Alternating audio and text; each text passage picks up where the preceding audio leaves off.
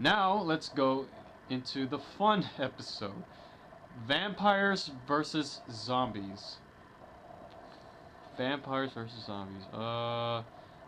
I'm going to make a very controversial statement, and I'm pretty sure a lot of people will not agree with me. This is the best episode of season 3. And I'm gonna make a bolder claim. This is the best episode from ever in Deadliest Warrior. Going back to season 1s and 2. Because this episode is pure fun. It is just fun to watch from the beginning to the end. I mean, a lot of people didn't like it. I didn't really like the idea to begin with, but they did it well. I mean, like, they did it in a way that it seemed actually kind of plausible. Like, a lot of people are going, how can a zombie take on a vampire? Or, how can you take into account the zombie hordes? Or, how can you do a 5-on-5? It's kind of unfair. When you watch the episode, they did it in a way that was well thought out, and you could actually, like, believe the results. And I'm gonna explain it right now. So, the whole format of this episode is different. Like, it doesn't follow the same format from the last episodes, because, you know, they're not real warriors.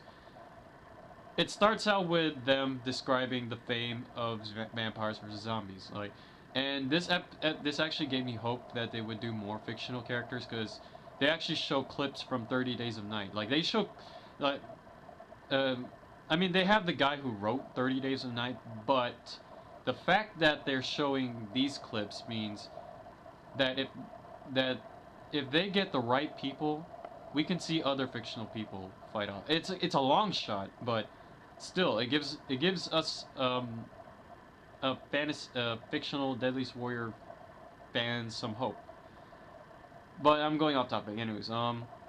So vampires versus zombies. They start out with describing the fame, and then they set the ground rules. Like, this part I actually really like. I really like this part because this is one of the things that was brought up by many of the angry fans.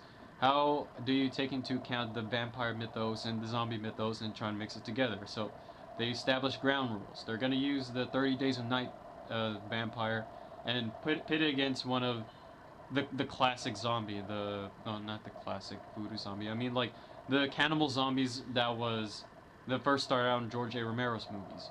They're going to have vampires that are affected by sunlight. They're going to have zombies in hordes.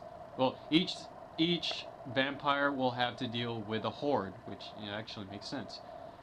What else? They established that the zombie virus could spread to the vampire. They established, like, all these things.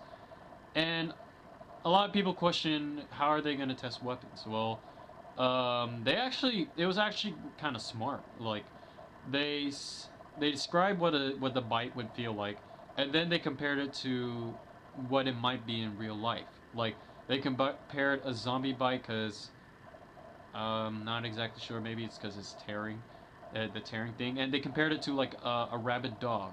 So they bring in a dog, they test its bite, and then they make a device to, like, mimic the dog bite, but they call it the zombie bite, or chomp. And for the vampire, I think they tested an alligator because the vampire has all these jagged teeth. Yeah, it's the 30 Days of Night vampire. And for the hands, they brought in, like, strongmen because, like, they noted that zombies are stronger than usual humans, and so they brought in strongmen, and then they also brought in another strongman to do the vampire claw, and just, like, increase the strength of the strongman. I mean, like, and they also tested other things, like, they also tested how many, like, in order to determine how many zombies would face one vampire, they brought in this, what was it? Was it kickboxer? Well, it was an expert in some martial arts. I think it was kickboxing or jiu-jitsu. I don't remember. So, I only saw this episode once, alright? So, bear with me. So they brought him in, and they tested how many zombies does it take until a vampire gets overwhelmed.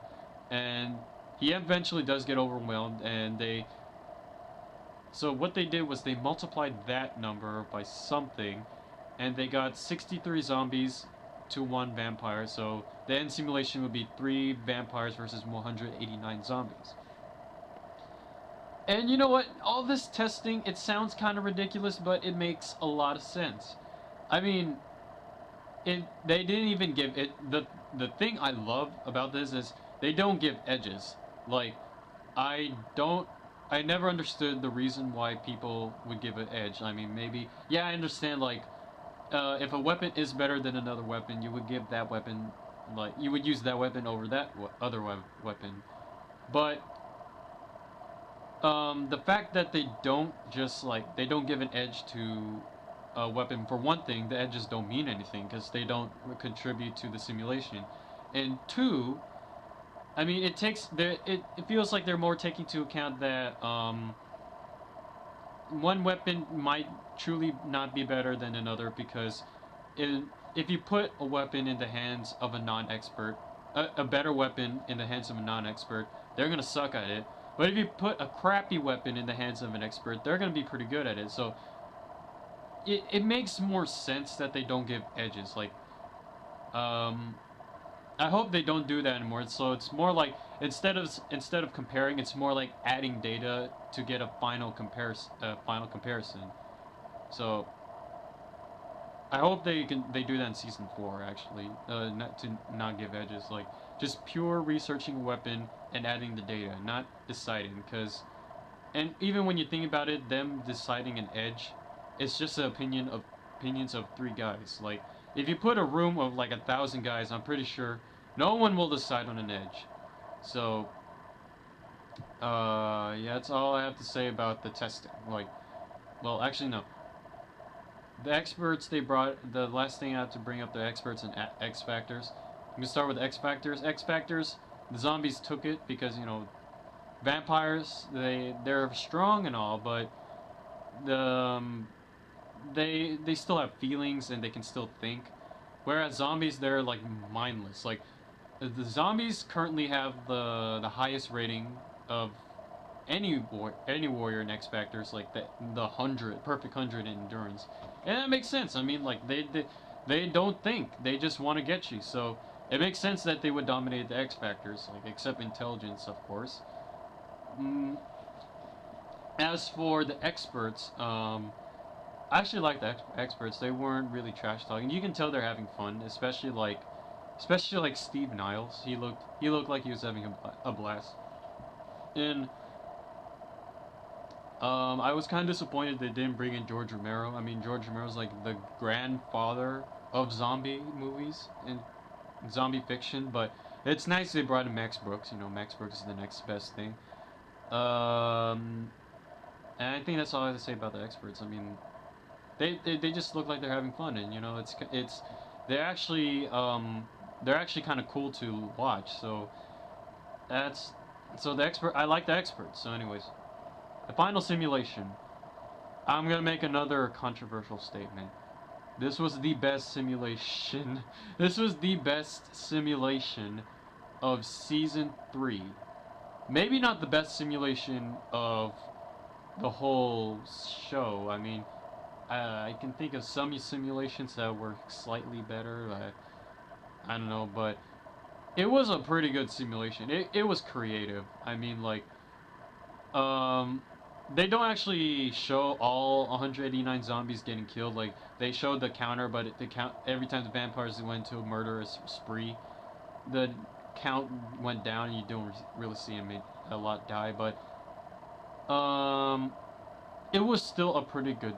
It was so much fun to watch. I mean, like I felt like I was watching some amazing horror movie. Like I felt like I was watching a clip out of a horror movie that I think if they had put a story to it, it would have been an amazing horror movie. I swear. Or not a big release one, but an amazing independent B movie horror movie. I'm sorry. It was just fun to watch. And in the end, the vampires won, and I'm disappointed because I love zombies, but you know it was kind of obvious who would win. It's vampires. Come on. but I like the fact that in the end it showed there might be a it might be a draw. Even though the vampires won, it was still very close. And in the end the vampire looked like he succumbed to the zombie virus. So I don't know, maybe they're gonna solve that in season 4, maybe it's just a cheap trick. But overall it was a very good ending to the season. Like I thought this would be a mediocre episode. No, this episode, I was not really a big fan of the show. Like, I watched it time to time and I reviewed it because I needed something to review. This episode made me a fan. Alright, if they do more episodes like this, I will, I will watch in more episodes. I think I will rewatch this episode. This was so much fun to watch.